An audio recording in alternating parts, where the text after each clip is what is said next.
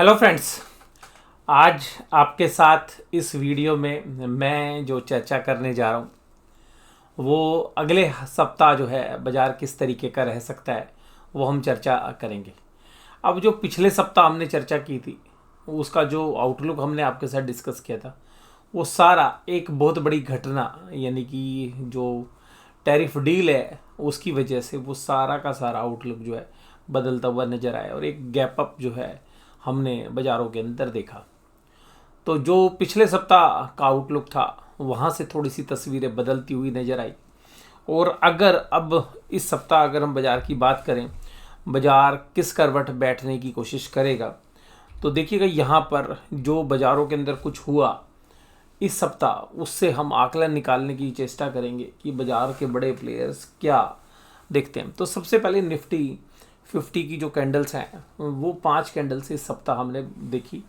तो एक बजट के बाद बजट के सेशन में हम संडे को गिरते हुए नज़र आए। उसके बाद एक हल्की फुल्की रिकवरी नज़र आई निचले लेवल से और उसके बाद एक ऐसा आउटकम जो जिसकी उम्मीद समय के हिसाब से नहीं थी। ये तो था कि हाँ एक डील होगी, लेकिन जो डील थी उस डील की खबर आती है और बाज़ारों के अंदर एक ज़बरदस्त गैप अप होता है और बाज़ार जो है तकरीबन 26,300 के आसपास खुलते हैं। ये मंगलवार का दिन था और यहाँ 26,300 खुलने के बाद बाज़ार, मैं आपको ये कहूँगा 5 मिनट भी नहीं रुके और वहाँ से बाज़ार नीचे धीरे धीरे 26,000 को तोड़ते हुए जनरली उस दिन 25,800 के इर्द गिर्द जो है घूमते हुए नजर आए। तो जो बाज़ारों के अंदर जो एक तरफा तेज़ी बनी थी गैप अप में वो सब वाइप आउट हो गई। उसके बाद अगर निफ्टी की अगले 3 दिन की कैंडल्स भी देखेंगे तो हालांकि उसमें 2 ग्रीन कैंडल है, एक रेड कैंडल है, लेकिन बाज़ार ने 25,800 के नीचे जो है क्लोज दिया।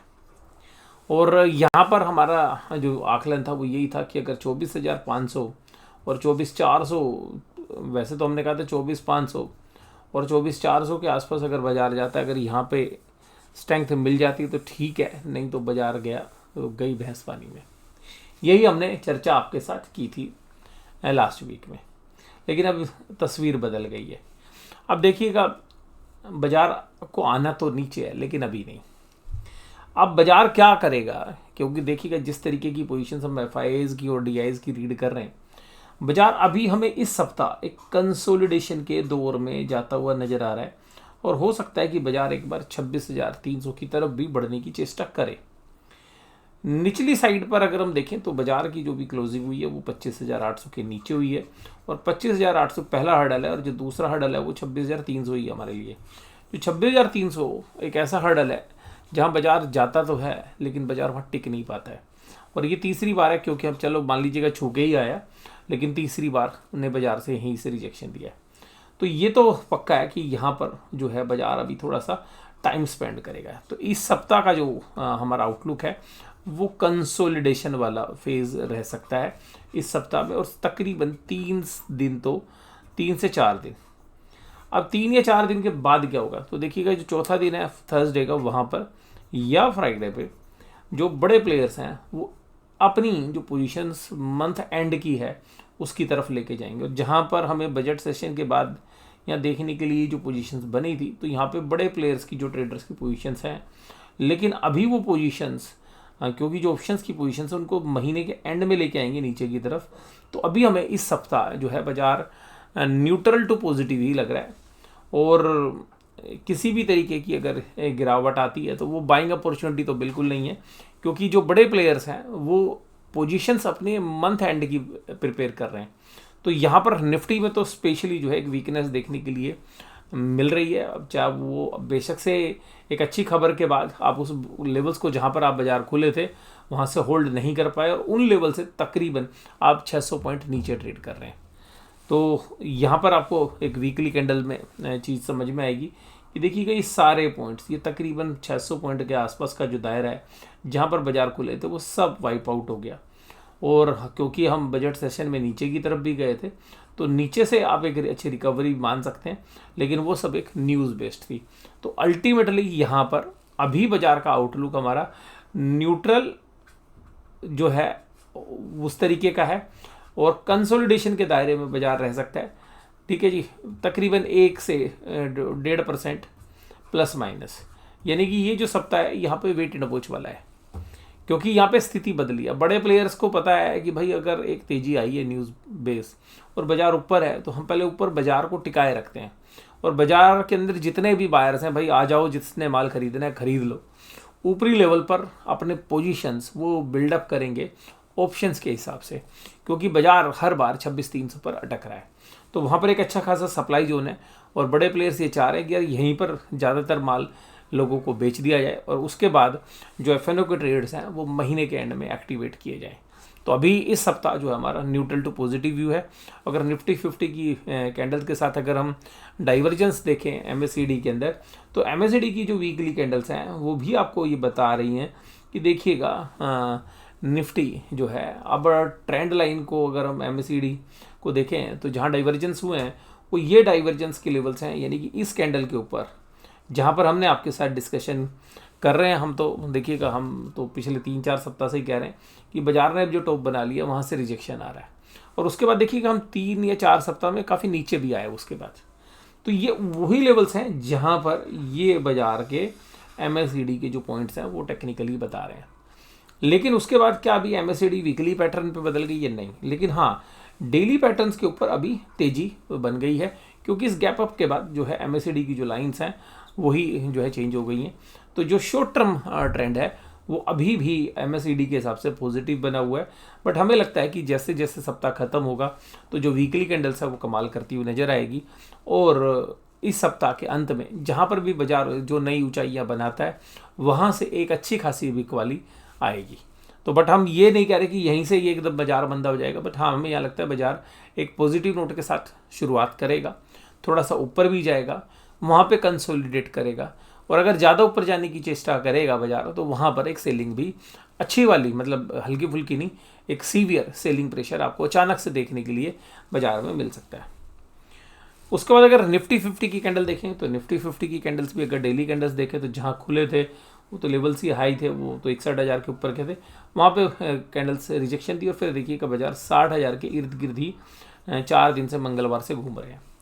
तो यहाँ पर हमें ऐसा लगता है कि यहाँ पर एक अच्छा खासा जो है सप्लाई जोन बन रहा है, यहाँ भी बड़े प्लेयर्स अपनी पोजीशंस बना रहे हैं, और फिर आप महीने के अंत तक वही लेवल्स देखेंगे जो इस महीने के अंदर आपको बजट सेशन के आसपास जो लो लगे थे वो आपको शायद महीने के एंड में भी आपको दोबारा से देखने के लिए मिले, और शायद उसके भी लोअर लेवल्स पे भी बाजार उस परिस्थिति में जा सकता है।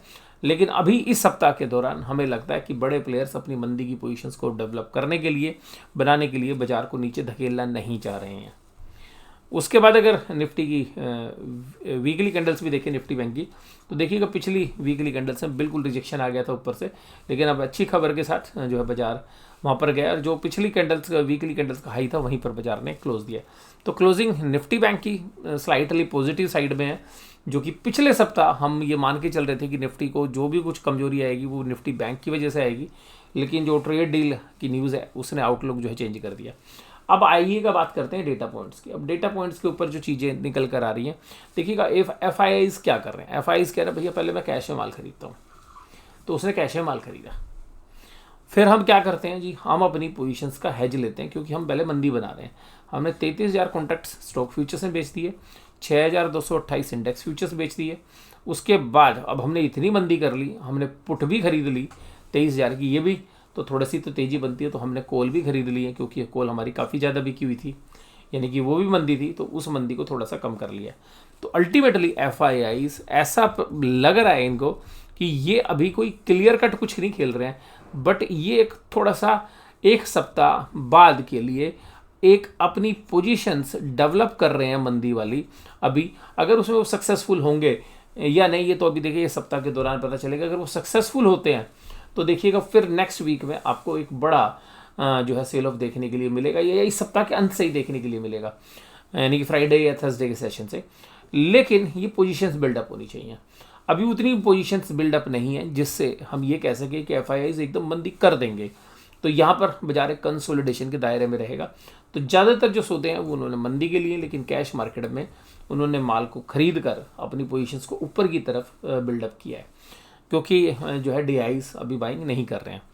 अब प्रो के अकाउंट में अगर हम देखें तो प्रोप्राइटरी जो ट्रेडर्स हैं उन्होंने इंडेक्स फ्यूचर्स में भी खरीदारी की है, स्टॉक फ्यूचर्स में भी खरीदारी की है, कॉल भी खरीदी है 61 और पुट भी बेची है। यानी कि प्रो के जितने भी ट्रेड्स हैं वो सब तेजी के हैं। तो ये प्रो जो ट्रेडर्स हैं, प्रोप्राइटरी ट्रेड्स, ये तेजी वाले हैं।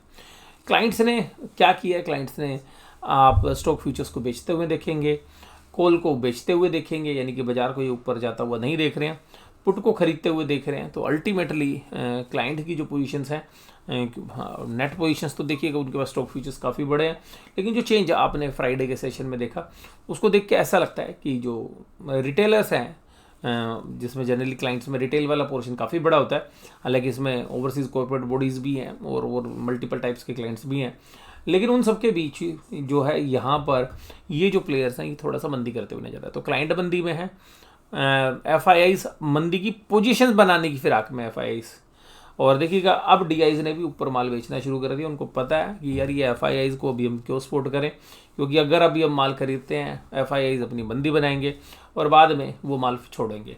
तो बाद में जब वो माल छोड़ेंगे तो उस माल को छोड़ने से बचाने के लिए हम ही पहले उनको माल दे देते हैं कि भाई उनको ज़्यादा हिम्मत करनी पड़े कि अगर वो बाज़ार को, तो इसका मतलब है DIs भी नहीं चाह रहे कि यहाँ पे बाज़ार ज़्यादा टिके, क्योंकि उनको पता है कि यहाँ पे ऊपरी लेवल पर जो है माल जो है बड़े प्लेयर्स पोजीशंस बना रहे हैं अपनी मंदी की।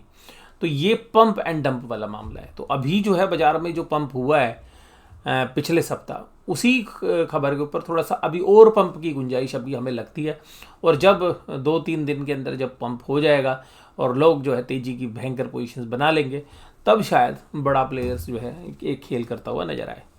अगर यहाँ पर भी हम देखें तो FIIs ने अगर 3 फरवरी की देखें तो जिस दिन अनाउंसमेंट हुई थी एक अच्छी खासी बाइंग की थी, वहीं पर अगर हम DIs की देखें तो 1000 करोड़ की जो है बाइंग थी। तो FIIs के सामने DIs उस दिन कुछ भी खरीदते हुए नजर नहीं है। तो FIIs एक अच्छी खासी बाइंग पिछले 2-3 दिनों में कर रहे हैं, लेकिन इसका मुझे पर्पस ये समझ में आ रहा है कि अभी ऐसी ब्रॉड बेस बाइंग हमें देखने के लिए नहीं मिल रही है, जिसको देख के ऐसा लगता है कि ये जो तेज़ी की जा रही है ये फ्यूचर्स एंड ऑप्शंस में अपनी मंदी डेवलप करने के लिए माल खरीदा जा रहा है। उसके बाद पुट कॉल रेशियो जो है निफ्टी बैंक की भी न्यूट्रल है और निफ्टी की भी न्यूट्रल है, तो दोनों साइड के स्कोप बनते हैं। बाकी जो है चांदी और सोने की बात करेंगे हम अल्फा मेंबर्स के साथ कि किस तरीके से अभी हमें आउटलुक लगता है, और डॉलर इंडेक्स की भी, और कहाँ तक जो है जो चांदी में मार्केट मची हुई है उसके लिए जो है आप इंतज़ार करिए। तो अल्फा मेंबर्स के साथ वीडियो आज ही शेयर करने की चेष्टा करेंगे। इस वीडियो में बस केवल इतना ही। तो स्टॉक मार्केट आउटलुक में ये सप्ताह हमें कंसोलिडेशन का फेज़ होता हुआ नज़र आ सकता है। तो इस वीडियो में बस केवल इतना ही। वीडियो में जुड़े रहने के लिए आपका धन्यवाद। Thank you very much.